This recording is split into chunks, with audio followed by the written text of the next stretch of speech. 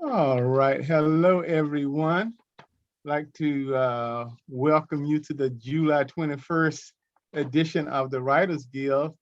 And unfortunately, uh, we were talking, our subject tonight is about mental health. And I think I had a snafu, a break, something. And I accidentally put July the 23rd on the flyer when it should have been July the 21st, Wednesday, July the 23rd. So uh, I am sorry about that. But however, as they say, the show must go on.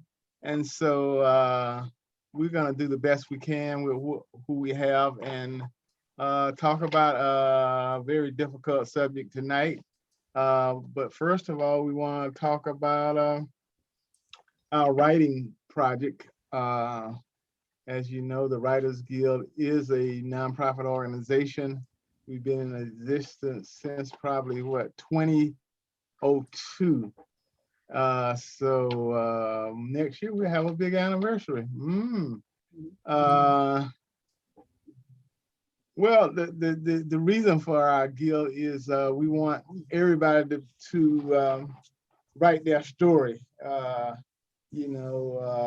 Everybody has something to say. Everybody has a culture, and everyone learns from everybody else, everyone's experiences. So, that being so, uh, we need to tell our stories. Tell how we overcome, and that is what we want to do. As you know, I wrote a book called Saving Grace, which I've probably sold about 500 copies by now. And, I'm looking to publish a new book called Giants, which you can find at giants by TedHollins.com, and it will be for sale in a couple of weeks or so. So we are moving and continuing to go on our journalistic journey. And for those of you who are listening via our recorded session, uh, a lot of individuals have started journaling, and journaling is where we write down our thoughts on a daily basis. Every morning we get up and we write about what's on our mind.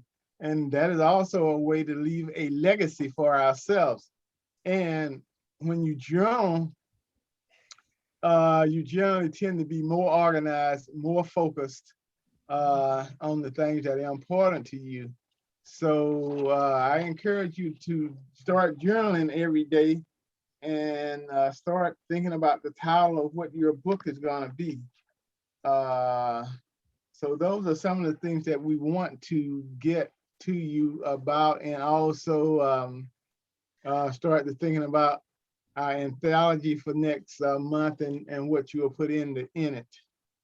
Uh, Tonight's discussion is on mental health. And as you know, we have started this year's session. Our focus is on health, especially since many and most of our members are over 50.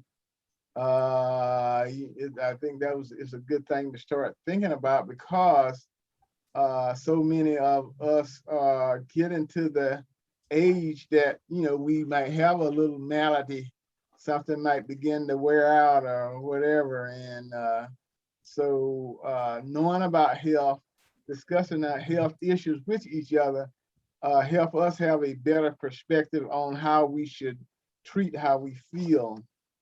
Our last session, I think we talked about heart health, and the one before that, we talked about diabetes. Tonight, we're going to talk about mental health, and that is because it's a big flagrant problem. However, it's a scary problem, because if somebody just say, "Hey, you crazy," they think you just cracked a nice joke or something like that. But if you're obsessive about something, then that might become a mental health issue.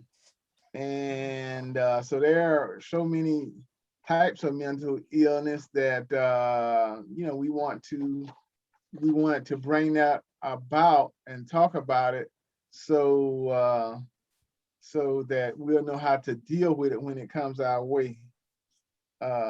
So some people are depressed, some people have stress, even hopefulness.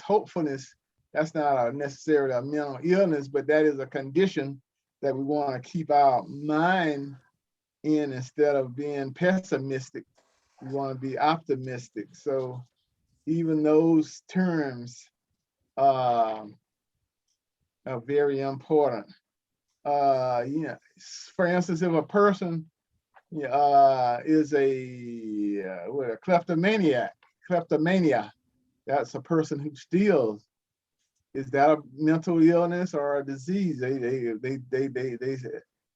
call it mania because mania is a kind of disease or illness. So our facilitator for this evening is none other than the great Dr. Jennifer Sankey, and she's gonna lead us in a presentation of mental health situations. And let's listen to her for all you guys who are going to be checking this out on the recording. All right, Miss Dr. Sankey, how are you doing this evening? I'm great. Thank you for having me, Mr. Hollins. This is an exciting time to talk about mental health. You know, we actually have gone through a pandemic for over 18 months.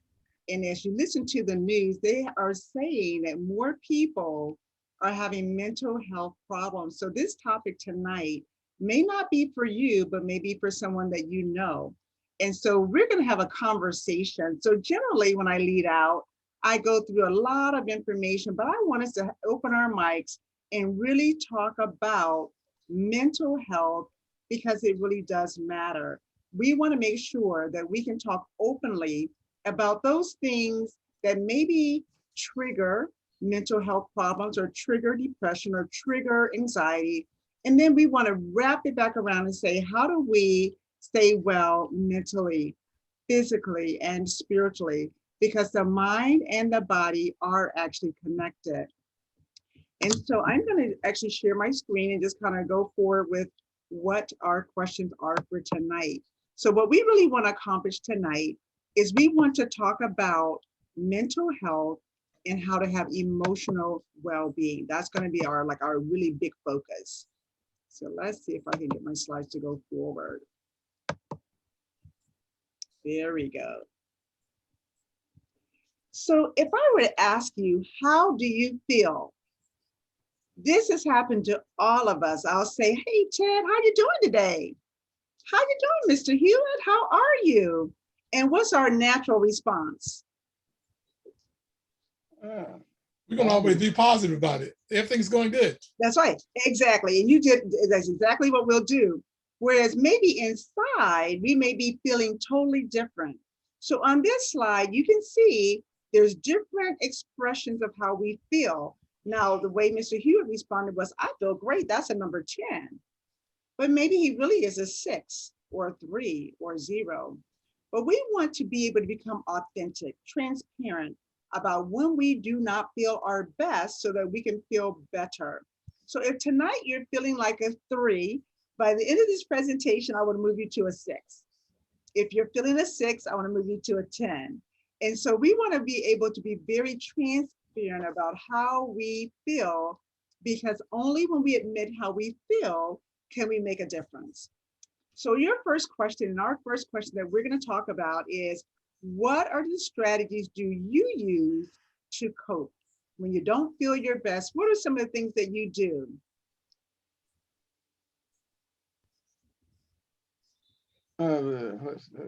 Strategy we cope with. What do you do? Maybe procrastinate. Oh, procrastination. Okay. So maybe the workload is too big, too overwhelming, and you just procrastinate. I'm not going to do it right now. What are some of the other things that we may do to cope with situations that may be stressful? Well, you know, sometimes you think of a way to reduce stress by getting out of situations, you know what I mean? And it kind of takes some effort, you know, depending on what the problem is. And sometimes you can't do anything about it, right? In some situations you can't do much about it, but and I like to plan where I don't get into too many situations, you know what I mean? Where let me ask this question, Dr. Sankey. When we talk about mental health, are we talking about it from a psychiatric point of view? Are we talking about it from a psychological point of view, or does it matter? So, mainly what we're talking about right now is from a psychological point of view, because Okay. as we progress through the conversation, it could become more psychiatry. But we want to talk about on a day-to-day basis, what are we doing for our mental health? Because honestly, if we don't address it daily, remember, it does progress, right? So we're talking about how do we do it on a day-to-day basis as it stands now. So I would say another thing too, you should have a few activities that you do that kind of reduce the stress. Like I go for a walk in the morning. Okay. So I have some activities that I just put everything aside. And one of my best activities is to take a nap. If I can take a nap sometime, that can help rejuvenate me. And many people do not realize that rest, when you're under high stress, rest is the best, because then that way you can allow your mind to rest. Many times we try to keep pressing through, but really when you're under a lot of stress, technically you really should try to step back and try to recover the mind before you make any decisions. I like what you said about sometimes you can remove yourself from a situation. Sometimes you can go for a walk, which sometimes just a matter of walking can release the stress. Procrastination is one way to cope, but what I can tell you about procrastination, if you do it too many times too long, it can actually trigger more stress, because now you're on a shorter timeline to actually do what you need to do or make that decision.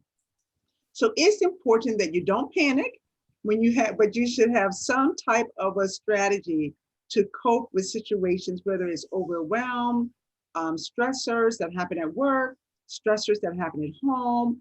Everyone needs a strategy. And I like what Mr. Hewitt said, I go for a walk in the morning. So he prepares his mind not to be under that stress. So to you, when you hear the word mental health, what comes to your mind? What comes to your mind? I think probably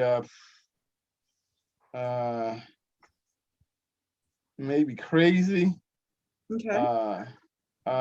And I don't know, have you ever met a person that you could not maybe prove a point to, or you couldn't come to agreement? You thought that you were telling him correctly, and they were coming up with objections all the time, and their objections led to bad decisions. You meet a person who you try to talk to, and their objections, which you might say mental illness, how they won't let something go, or that kind of situation. So many times we think a lot about physical health, staying in shape. If we have a headache or something wrong with our joints, we quickly want to figure out what it is. But there are some times when it relates to mental health, and really mental health is emotional, psychological, and social well-being. How well are you interact with other people? You brought that out. How well am I communicating with people? Am I intolerant of folk? Do I become irritable really quickly? If so, then your mental health may be jeopardized. It affects really how we think, how we act, how we behave. It affects every aspect of our life. And there are times that we are so stressed that it affects us mentally. We can't make good decisions. Have you ever had that happen? Or you have too many choices and you're like, I have 5 things I need to do. Which one should I do first? What's my priority? But it does affect how you relate to others. And I want to stress that. And from the time we are born to the time we die, is very, very important that we protect our mental health, because if not, it actually can progress to psychiatric problems, and we don't want that to happen. So the next question is, what are some of the mental health disorders that you've heard about over your life? What are some of the mental health disorders? Most of the ones I can think about are along the lines of psychiatry, like schizophrenia. Yes. And I have to deal with these people, you know what I mean? I've known these type of people. And I've seen a situation where people were actually sick from Well, depression. How about depression?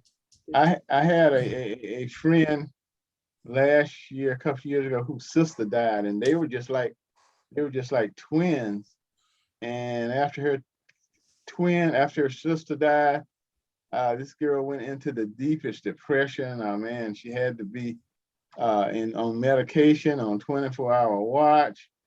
And she just went like from being a happy, resourceful person unto absolutely,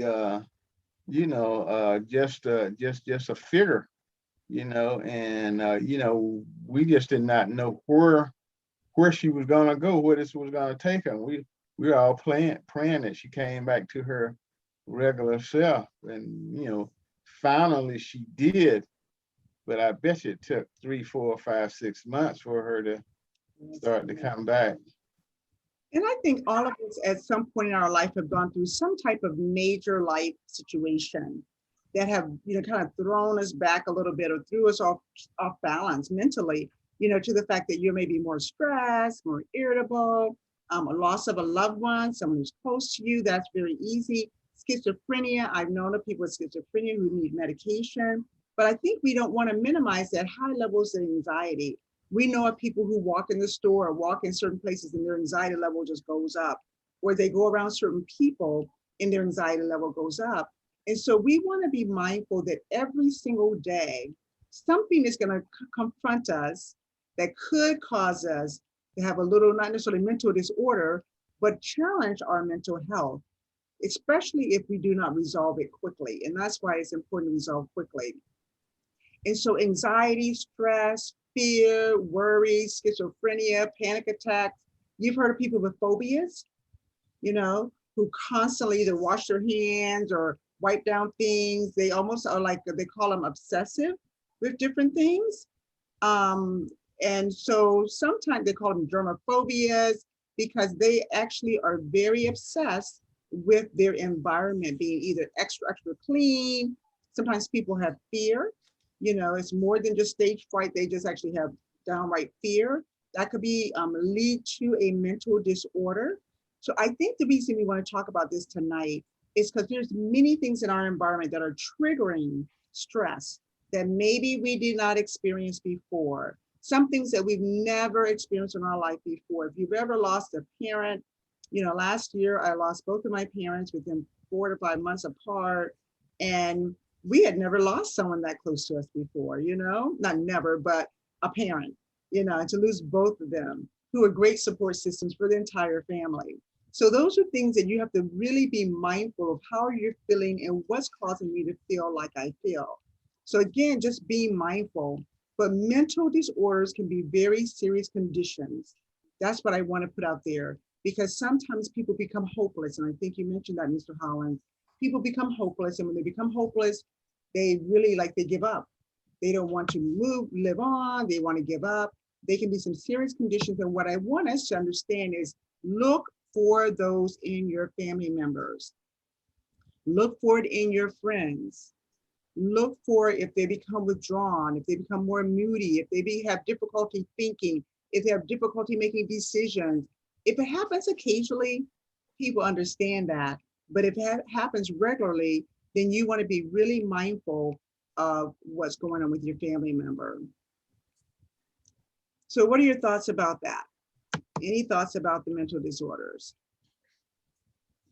So let's move on to why mental health is important. So we know it's important, right? No one challenges that at all. It helps us cope with the stressors of life. It helps us be physically healthy. If you're mentally not well, physically, it's going to affect your heart, your lungs, every part of your body. It helps with good, meaningful relationships. All of us are connected to somebody, a brother, a sister, a mother, a daddy, a cousin, a coworker, a niece, a nephew, a grandchild. We're connected. And when we're not mentally healthy, we're not able to have good relationships with them. We're not able to contribute well. And so it's really important that we are mindful, because we want to be able to contribute well, be very productive, and reach our full potential. But when you're not well mentally, that can really affect that. So I want you to pause for a moment. I want you to think of the most stressful thing that you've encountered in the last 6 months. The most stressful thing that you've encountered in the last 6 months. I think mine would be buying a new car, another car. Okay. That's always stressful. I mean, it's stressful because, you have to, negotiate with car dealers, and generally they have the edge. So for me, I guess that was, it was a big stress. I guess it's not as bad as, death or something, but it was stressful. So yeah, it's certainly stress is different for everyone. And I want people to understand that it varies. What may be stressful for you may not be stressful for me, and vice versa. And so buying a car can be stressful because you have to choose the right car. You don't know if the car is going to perform at the level that you think it's going to perform. So that can be stressful. Exactly. Of course, one of the things that affected me is, we had the COVID-19, we had a year of a lot of the COVID, the political situation, and I couldn't go anywhere. There's few trips that I would make. Mm-hmm. I'm just beginning to make a few trips now, and that was very helpful to me, because I was kind of like just kind of locked in, not being able to look. Like I remember organization, we have 4 meetings a year in Orlando, and I had not been, still have not had them, but it was such a great to go there and interact with the people. So the interactions I had with people, and like being on Zoom it's kind of, it's convenient, but it cuts down on that personal and to me, having that personal contact with people kind of relieves. I go to church, I can talk to the people, and I wasn't doing any of those things. So those I wouldn't say I got depressed, but I was not really depressed, but didn't feel good about the situation. Yeah. I just didn't feel good about it. It was big because it's a big environmental thing, right? You can't escape it. Yes. Can't do much about the environmental factors. Right. And we talked about how mental health is really about socially being connected to other people. It really is. Right. At church, with the organizations, it's not the same on Zoom. I mean, when you're in front of people presenting, it's a whole different story. You can really connect with them. But on Zoom, it's a little more difficult. You have to really put forth the energy. But connecting with people, because we are social beings, when we can't do that, that does affect us mentally.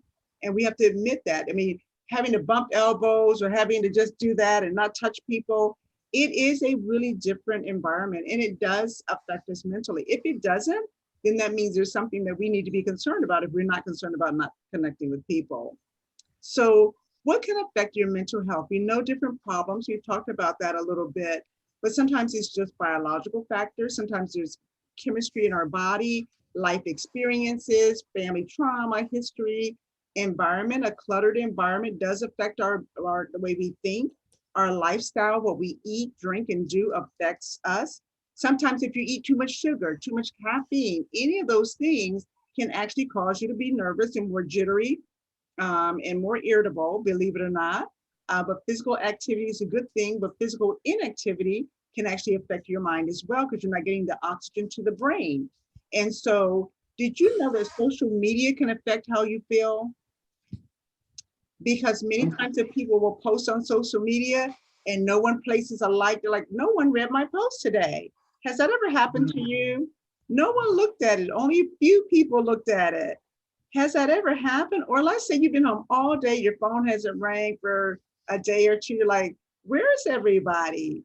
So again, a lot of times, because we're social beings, if we are not connected to people, it can affect us. We've all had it happen. You come home in a happy mood, and then you watch the news, you hear about people losing lives or fires, the floods, the collapsing buildings, the pandemic. By the time you hear that, your whole mental attitude changes. But there is good news. We can actually handle that. And what I would say to people is, when you're stressed, reduce your sugar. And for women, when you're stressed, do not go shopping, because you spend more money than you should, and then that causes another stressor. So it's really important to be mindful of, why am I feeling like I'm feeling? Go for a walk, drink more water, get in the sunshine. The sunshine is probably the best booster, mood booster, is to get in the sunshine, and you will feel much better, you know.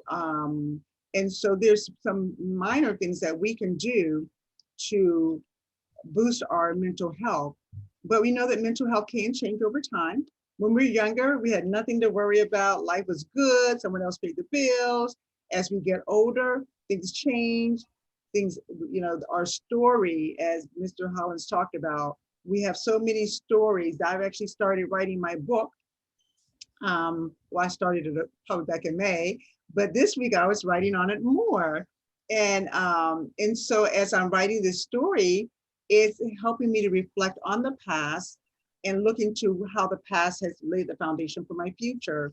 And what I did read is that journaling is so important, because it allows you to express yourself on paper. It's in your own privacy. You can write down what you want and what you don't want. You don't have to worry about confidentiality. You don't have to worry about anyone sharing your information, other than once you publish it in a book. But again, that's important. So over time, our minds will change, our mental health will change.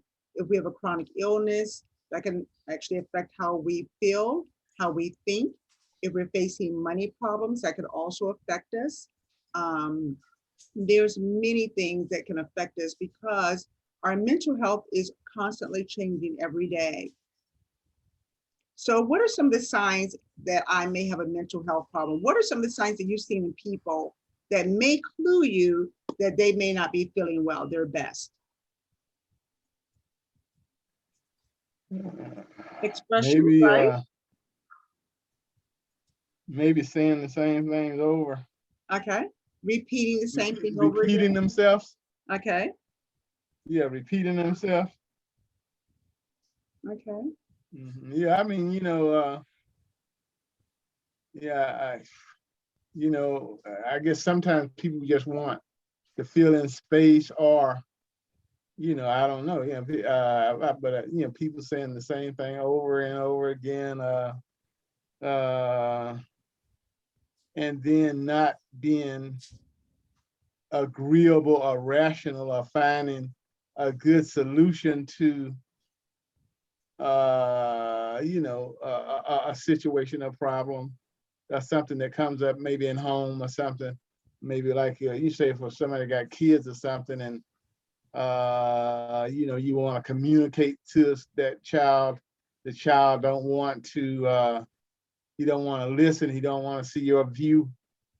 And a lot of times it could be something that you know is right for the person. You know, perhaps maybe like that person should be doing their homework.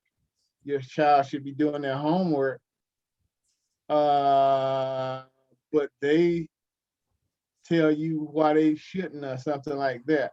I mean, that's more of what disobedience, which I guess a lot kids are probably growing up a lot faster, and you know, maybe with just the mom at home or something. But I do think that is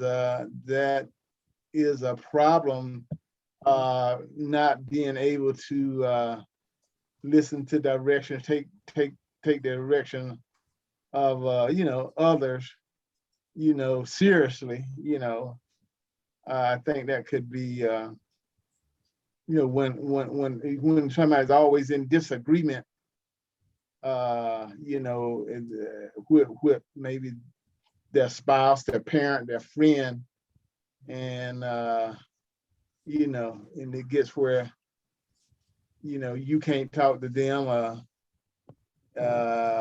especially if they're in a dependent situation and you can't talk to them. That happens. So that would I would say, not being able to communicate with a person. Yeah, lack of motivation is clearly, clearly, if they are constantly procrastinating, putting things off and off and off, that may mean that they don't have the energy, emotional energy, to actually carry forth the duty.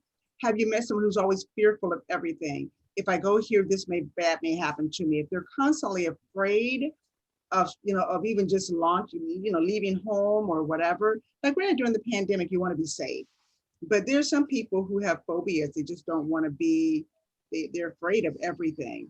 That could be a sign of mental health problems. Anything else that you can think of? I'll give you some examples. Even if people sleep a lot or withdraw, have you known of people who have withdrawn? They won't answer their phone, right? You try to call them and they don't want to engage in any activities. They feel numb. If someone's upset, they just look at them like, why are you upset? They're emotionally detached. Those are signs of mental health problems, helplessness, hopelessness. If they're excessive drinking, using drugs, if they always seem like they're confused or forgetful or upset or worried, those are all things that may be triggers. Now, granted, you don't want to diagnose them that they're, not, that they have a mental health problem if it happens occasionally. But if you notice that it's happening frequently, if they say they're hearing voices or they're seeing things, it could mean that they are having some mental health issues, that they're teetering. But what I would say to us is we want to intervene early. Intervene early. Don't wait for a month to go by. And so, yeah, she's been acting like that for like 3 weeks. That's too long. If you notice it on week 1, maybe try to get them to talk. They may not. But sometimes people just want you to listen. When was the last time you told your story and someone just sat there and listened for 10 or 15 minutes? Anybody remember that last time? Yeah, well, I'm not I don't think I'm a big talker, I probably should talk a lot more than I do. But I guess sometimes when you get me with the right person, I've meshed with pretty good and I can have a good conversation. So but I guess, shy. I used to be very shy, but as I started out my career in the insurance industry, and you had to go out and meet people, and I was forced to go out and meet people because I wasn't making any sales, and I'd come back to the office and I hadn't made any sales. Everybody else would have made them, and so that actually forced me to talk to people because I did not want to. I didn't want to be zero in sales. So, sometimes that different situation, it kind of like you say, push you out the nest. So I guess I was pushed out the nest in a way, and sometimes that helps to bring out a better situation. So look for those signs. Any other thoughts about signs of having mental health problems, depression, anxiety, or anything like that? I think we want to be able to recognize them and intervene. And sometimes we take it lightly. We take mental health lightly. If I told you that I was having chest pain, you're like, you need to get to the doctor. You know, if I tell you I had been having a headache for a week, you say you need to get to the doctor. But if I said to you, I'm feeling kind of down today. I'm not sure why, but I'm feeling kind of down today. Most people would just brush it off, you know. They would say, Mhm. cheer up, you know. So, or they'll say something like, tomorrow's going to be a better day. Well, we don't know that, Right, you know. And so we right, say things so lighthearted, but sometimes people are burdened and laden with different things because, you know, certain things will trigger. They may see something, smell something, an anniversary may come around for someone, a birthday may come around for someone, you know, we never know. I called a friend of mine this week on Sunday. She had a stroke. I didn't know she had a stroke until I read it on Facebook. Called her up, you know, and so she said she'd had symptoms for about a week or 2 weeks, you know, of dizziness, but she just ignored them. And she went online to see what, you know, what would cause dizziness. And so she went and got her eyes checked. She did all of those things, not realizing that she was, you know, working herself up to having a stroke. So the reason I say this is when you see indicators of people of mental health, depression, anxiety, fearfulness, hopelessness, do not minimize it. Do not minimize it because again, they may be thinking of harming themselves. They may be thinking of harming someone else. And so you want to always show that you care, show compassion, be willing to listen. And even though we're not psychiatrists, we need to really direct them to get professional help and offer to go with them if need be. So mhm. if you And have I think go ahead.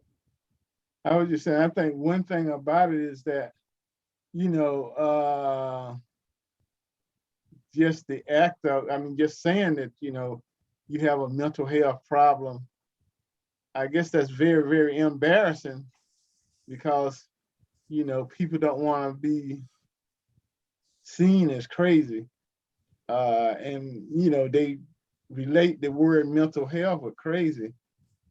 So, you know, I think that, you know, that probably, you know, keeps people from getting counseling. I know today they talking about, I hear them talking about on television about how more and more people are getting counseling and how happy they were to get counseling. Mhm. And, you know, because it brought out a lot more. I think I was listening to Michelle Obama, and she was talking about how much better she felt after having counseling. So There is a stigma when we talk about mental health. But as I mentioned, if you have high blood pressure, diabetes, or any other medical condition, physical condition, we would say, oh yeah, I'm taking insulin. Oh yeah, I'm taking my blood pressure medicine. We'd be talking about it openly, right? But with mental mhm, health, when we don't feel our best, when we're feeling, you know, stressed, many times people are very reluctant. And a lot of times there's a stigma with it to go even get counseling. I mean, especially in the African American community, that is just almost, you know, that's something that we're just now beginning to adopt and include as part of our health and wellness exam is getting some type of having a, you know, a counselor or someone to listen to you. And if you really think about it, years ago, you know, you would talk to people and they would keep your information confidential, or they might not, but people were not as reluctant to talk about what was going on. But now people keep secrets. You'd be like, oh, I didn't know you were, you know, X, Y, and Z, whatever's going on with great people, whether it's good or bad, people are not really sharing information like they used to. And then sometimes people don't even listen to you. You're trying to tell, you know, celebrate something and like, oh, that's good, you know, and they move right on. So I think a lot of times if we would just stop and listen to people, listen to their story, I think, you know, that would help with a lot of the mental health problems that we're having right now, because most people brush off. If I were to tell you, I've been feeling down for the last week, you'd be like, oh, you'll be fine, you know? mhm. So, so we Yeah, want I to think identify the source of the problem. And then the most important thing is seek medical attention. That is very important. You were going to say something, Mr. Hollins? yeah, well, you know, even you know, like you can tell somebody to go to a physician, you know, a diabetes doctor or whatever, heart doctor, but I think, you know, we're not used to finding mental health counselors. That's not something that's readily available as we know it in our community, And so I think that's probably a little embarrassing, just to, it should be very comfortable now to say, okay, we have a counselor. We have counselors, you can, actually, I spoke to my counselor. I'm going to see my counselor. That should be as good as I'm going to see my doctor, because nowadays everybody is going to see their doctor, and it's no big problem. But nobody's saying, okay, I'm going to see my counselor, because generally, if somebody going to see a mental health counselor, it's probably a pretty bad situation. And as I say, I was doing a lot of traveling over the last few weeks, and I coming across quite a few young African American males who seem to have got lost on their way, whether they were able to, try to find a trade, try to find a job. They may have a problem, finding work after high school or finding a trade to go in. But a lot of them, they wind up, being at home, and not necessarily that being home is a bad thing, but being at home and being not necessarily can't get along with the people that you're at home with. That's where the problem comes in. And so I think that's one of the problems that I saw. And I don't know if it's just necessarily mental health or the economy or whatever, but when young people don't seem to have good choices to make, I think that's very harmful, and it impedes their progress. So helping kids, a couple of things going on right now. Say for instance, the COVID. A lot of young people don't believe in COVID, and a lot of young people don't believe in that. They don't vote. They don't believe in voting, and sometimes you can't hardly tell them why it's important to vote. And so I think it's a real problem with a lot of situations, especially when it comes to trying to direct young Black men in a positive direction, probably because they may not see it. They may not see where maybe getting the education would help them, or where the advice of their parents, they may take the persons outside of the home more at heart than they will a parent or a relative. So, it's a great challenge these days. I would say, go ahead, Mr. You have something? Well, I was going to say, what should I do if I think I have, and I was going to ask you about diagnosis. In other words, even when I see a person, sometimes I see a certain behavior of a person, and I wonder what's going on. Is it just like they're having a bad day, or is it a mental health problem? It's the same thing with me. If I'm feeling a certain way, it's just a temporary or temporal thing, or am I having a mental health problem?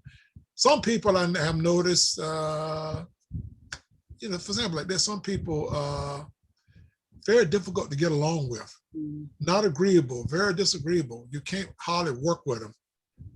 And is that just personality, or is it that mental health. Sometimes it's not easy to determine if it's something that you really have a problem per se. That needs medical attention per se. Medical attention. That's medical attention is pretty drastic. Now, I assume that if you go to a counselor and the psychological, they're still seeking medical attention, right? Yes. Yeah. And I think that what we're saying here is support systems, whether it's family members, someone around you, can sometimes help buffer the stressors of life and kind of help you bring you back to, that balance of your mental health. There are people who are difficult to get along with, and it could be personality. But what I have found is that sometimes when people are difficult to get along with, sometimes they have deep hurts, and that's the only way they know how to communicate or relate to you or to me. And sometimes it's honestly just getting to know to the root of the problem and find out what's going on with them. One thing you mentioned was regarding, are they just having a single bad day, or is it something that's ongoing? If it's someone who you know that you can, inquire. I noticed that you're not smiling today. I used to do that when I worked. I noticed you're not smiling, or I noticed that you're, not feeling, it seems like you're not yourself. You can say things like that, and people sometimes will open up.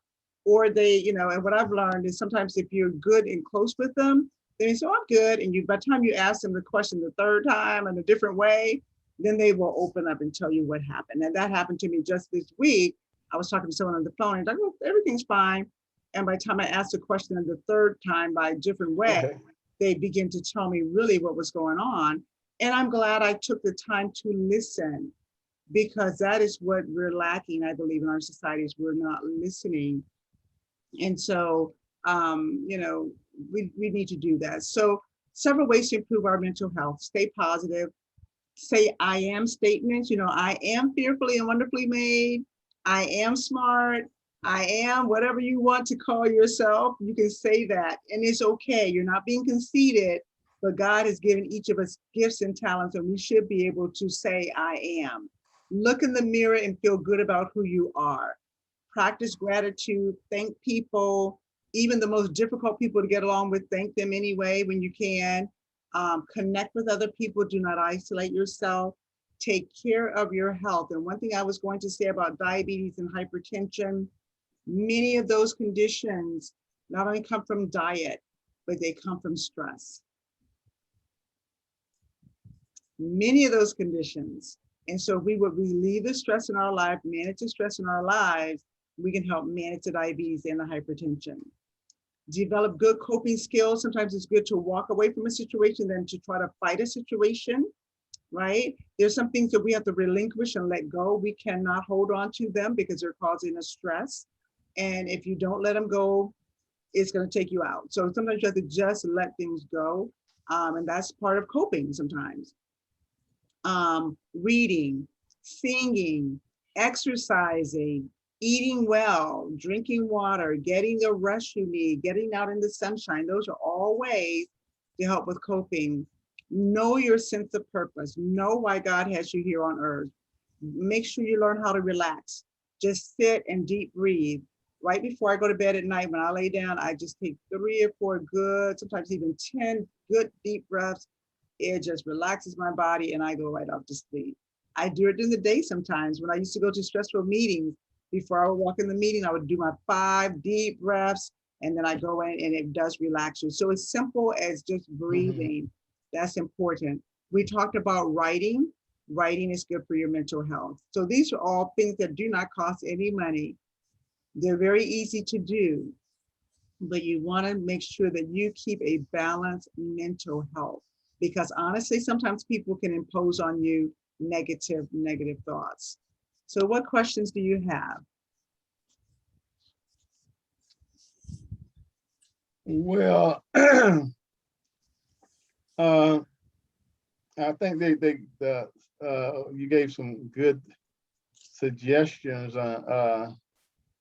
So what would you think the number one thing to help keep you happy, keep one happy?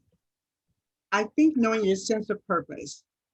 I was telling a friend of mine that I believe my sense of purpose is to, number one, fulfill my own purpose, but help others fulfill their purpose, and to add value to the lives of others. So I find my greatest joy in helping other people. And so when I'm not helping anyone, if I feel kind of down and don't really feel my best, it's probably because I have not been actively seeking out or helping someone else. When I'm kind of, everyone will be different though. Some people, being around people causes them stress. For me, I find joy in helping people. So you have to know exactly what your purpose is. And when you fulfill that purpose, it will help you, keep your mind balanced, and really be confident in who you are. I had a conversation with someone earlier. People can make you feel like you're not valued. They can say things, they can do things, they can look at you a certain way, they can ignore you. And you can either take that on or you can just shake it off, just like the Bible says, just shake that off your feet and keep on going. Because sometimes you hear things and they're going to say it. And sometimes people are not kind, and so you have to really be sure that you know who you are, whose you are, and not get caught up in the negative of our society. Good question. Of course, one of the things I like to deal with something is being busy. I got something to do. Mm-hmm. In other words, it could be like working in an organization, serving around the house. I found out if I got, and sometimes being busy does create an element of stress, but a little bit of stress is, I think they say, is good in life. It's a good thing to have a little bit of stress, right? Yes. And so for me, being busy, like even if you're helping somebody, that's being busy, right?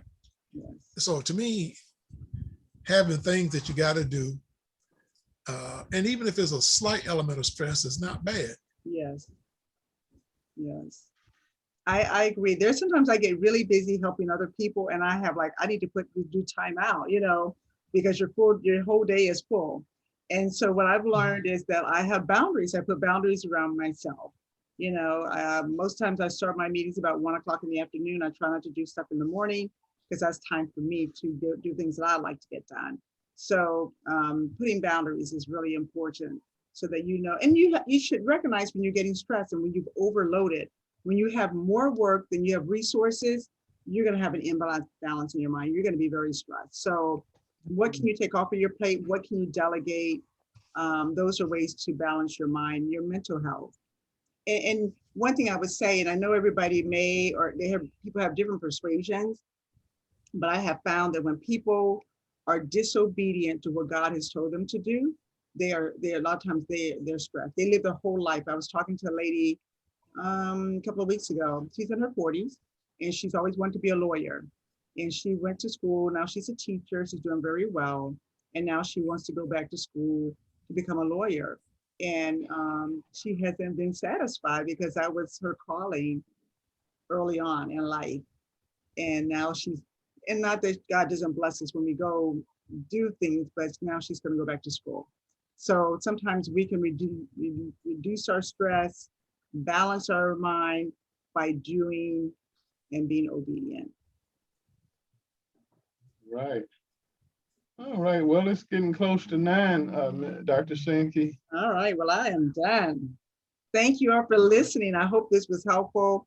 I hope when you look in the mirror that you know that you're valued by God and by your family, and that you will know that you have a purpose. I have another question for you, Dr. Sankey. Yes. Because drug use has been a big problem in area, and is drugs is the reason why we have drug problem is people is associated with mental health, or what drives people to get caught up into that? And I could be just an experimental thing that got treatment, but sometimes I look at that as kind of the drugs is an escape from reality. I know not to mess with the stuff because I know the consequence. I done seen so many observations of what it does to people, so I would not mess with it. Yeah. But isn't there people that use drugs as a means to cope with mental health issues? You are absolutely correct. I'm glad you brought that up. I didn't even touch on that. But if you see someone is using drugs and drinking excessively, and they're trying to smother, drown, escape, that's the word. They're trying to escape from the reality.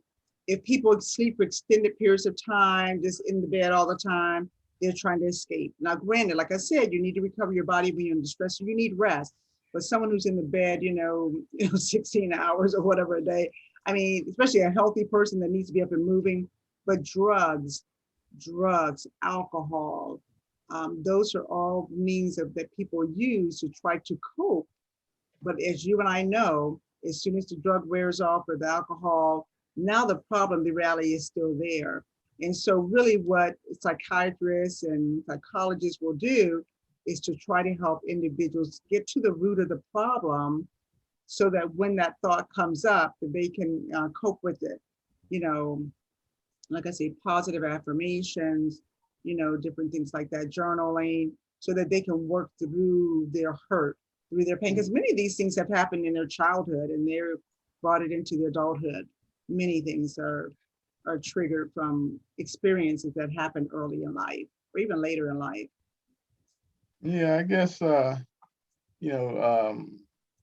drugs is probably one of the bigger things to help people go through life with a little bit more ease, I guess. I mean, even now, every time I go to the doctor, they'll ask me, you've been depressed? Have you been depressed? And I'm like, well, I think everybody got a normal amount of depression, but I haven't asked them what you got something for it or something.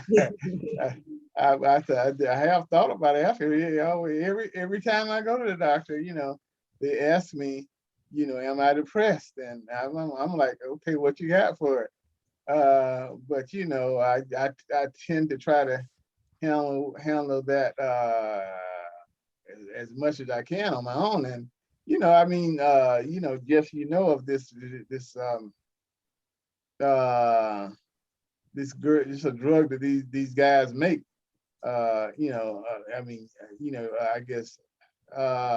But anyway, fentanyl is something that they prescribe a lot for pain, but a lot of people use it for the excruciating pain in their mind, the depression in their mind, and what you said, Jesse, I think finding something to do, keeping yourself busy.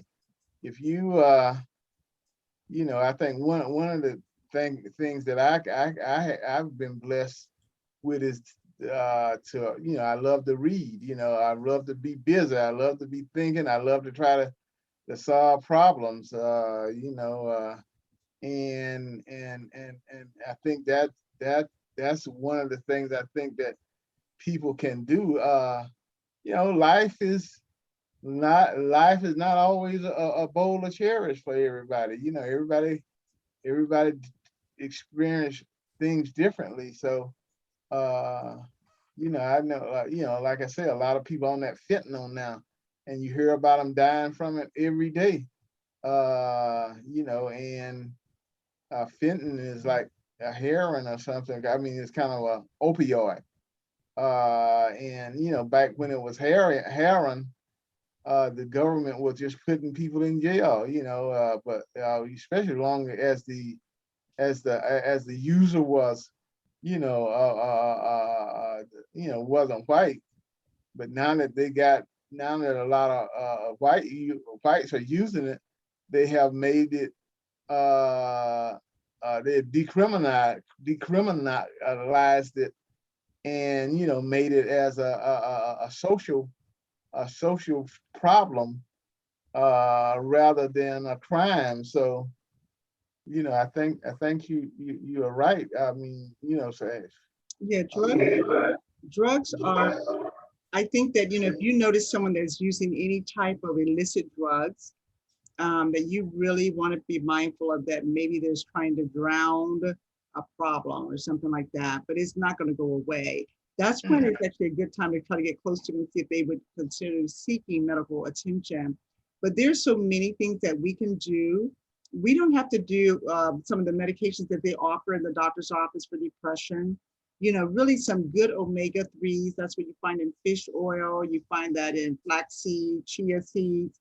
Those are really good. You know, I don't know if you've heard of turmeric, but turmeric is a almost like curry. You know, people have curry goat and curry this, but if turmeric is really good for inflammation, is good for mental health and wellness. You know, I'm not saying replace, you know, someone's normal medicine with it, but I do know that it does help with mental health. Coconut oil is really also very good. Vitamin E, I take vitamin E every day. It's good for many, many things, but it's also very, very good for just getting the nutrients. Sometimes we're nutrient deficient, and that's why we're depressed. There's some foods I cannot eat because they make you like just like nervous and edgy. There's some seasonings I cannot buy out of the store because I don't really know what's in it. And I've used them before, and you're like, why am I feeling like this? I was feeling just fine a few minutes ago. But so be mindful of what you're eating. It could be actually triggering responses that you don't really know of. But go online, check out online. There's a lot of natural foods, fruits and vegetables that are actually very good if you're feeling tense, nervous, stressed, that your body will respond to very well. Blueberries, berries, things like that are really good. But you know, those are really good questions. But I would say pay attention to family members, friends. Know your own support systems. If I were to ask you right now, if you were in a crisis, mental crisis, who would you call? That's would be the question. Who would you call? Which family member, what friend do you think you would be able to call and just say to them, I am so stressed right now. I need somebody to talk to. Don't need any advice, just need somebody to listen. So everybody needs someone that they should be able to call in those situations. But thank you all for an opportunity to share. Just something to think about, bring it to the forefront and begin to talk about it. So the next time someone asks, how are you feeling? You know, really do some true self-examination, say, how am I really feeling? You know, maybe you don't feel comfortable telling them, but check in with yourself and just ask yourself, how am I feeling today? Thank you for the opportunity. Okay. All right. Well, I am feeling better already. The evening has been well spent. Dr. Sankey, I thank you so much for hosting. Jesse, I thank you so much for chiming in. And I guess I had a mental slip today, putting the 23rd instead of the 21st. Maybe that's where all our people went. But you know, life is about improving and doing things better, and we'll try to perfect it next time. Well, I guess we'll try to do this again maybe in a couple of weeks. So until then, we'll say we will see you guys. Keep smiling and keep writing. Thanks, Dr. Sankey. That was you brought some very helpful information there. Oh, you're welcome. It's my pleasure. Okay. I will see y'all later. Take care. All right.